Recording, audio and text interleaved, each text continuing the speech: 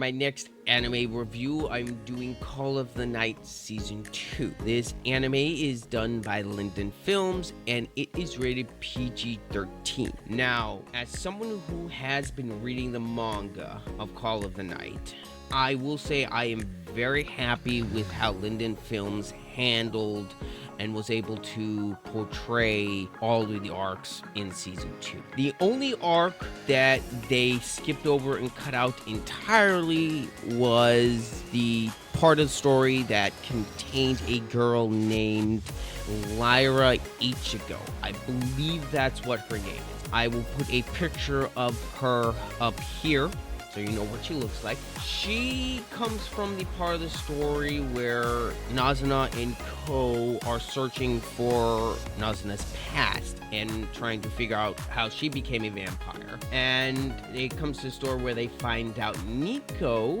has a job as a teacher during a night school. So during that whole section of the story, Ko runs into Lyra, and Lyra's one of those girls who is love at first sight, and she can be very clingy, but ultimately she'll lose interest of you over time. She's a rather harmless character, and she's one that likes attention, and because she's so tall, she feels out of place, and she can be rather immature. So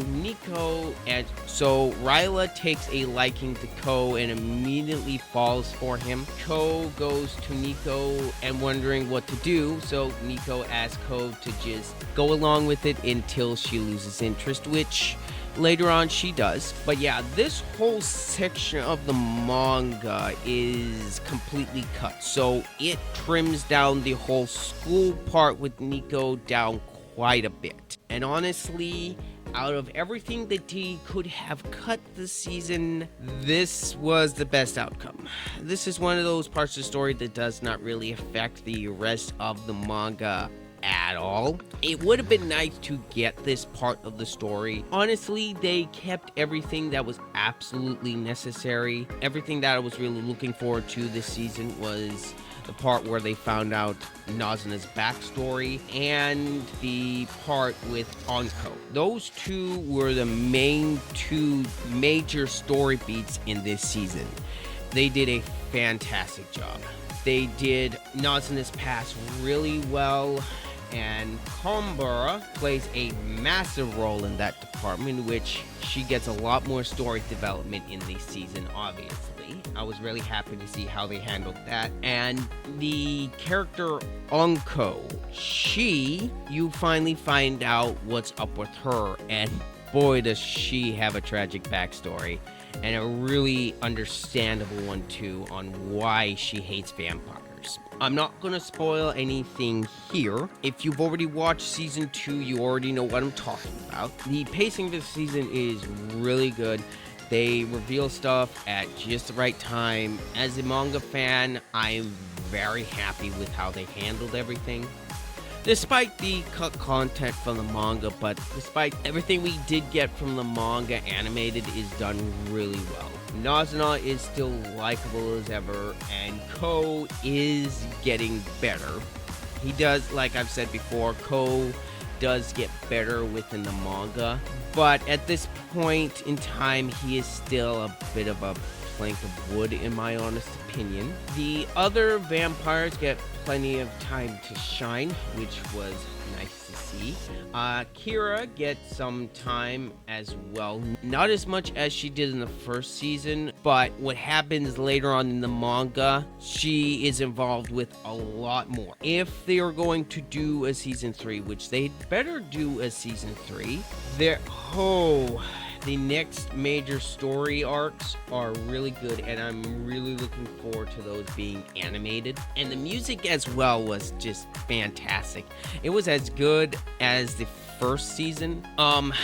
Creepy Nuts returns to do the intro and ending themes, which I was very happy about. Mirage is a fantastic opening. I actually like it more than the season 1's opening intro. It fits season 2 really well.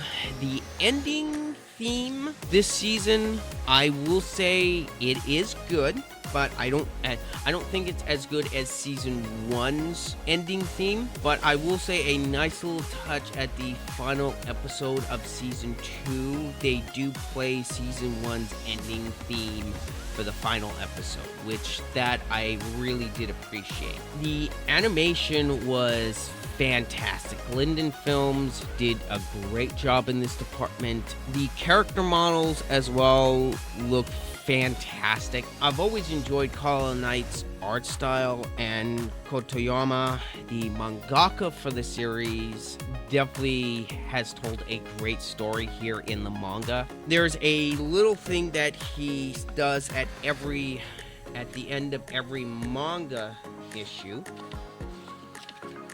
And at the end, Kotoyama always leaves a message at the end of every volume. And on volume 8, he leaves. I've been using an iPad for the last 5 years. It's very helpful. So he leaves little fun messages here and there. The artwork is great, and I am a big fan of the manga. And season 1 helped me get into it. I tell you what, we'd better get a season 3, because at the end of season 2, they've already hinted at Ko's half vampire state. And yes, I do know how that is triggered. Am I going to say anything? No, I'm not going to be one of those annoying manga readers who spoils everything for you guys. But yeah, I can highly recommend season 2 of Call of the Night. They did a great job. I also recommend reading the manga as well, because we are probably not going to be getting a season 3 anytime soon. Or hopefully they do already have it planned, since the manga is already finished up, and we can get a season 3. Now, as in manga material that's left, I do believe there is enough material for at least a season 3 and a season 4. I hope we do get a full anime adaptation for Call of the Night, because this series does deserve it. It's a great storyline. Like I said, I can wholeheartedly recommend the manga. I think you'll enjoy it. And as for my score for Call of the Night Season 2, it is a very high 8 out of 10. If they had included the cut content with Ryla's storyline, it would have easily been a 9, because they would have included everything. But regardless, I am very happy with what we got here. I can't really ask for much more. Linden Films handled season 2 really well. The music was great from Creepy Nuts. Overall, the vibes in this season were great. Nazuna is still my favorite character within the series.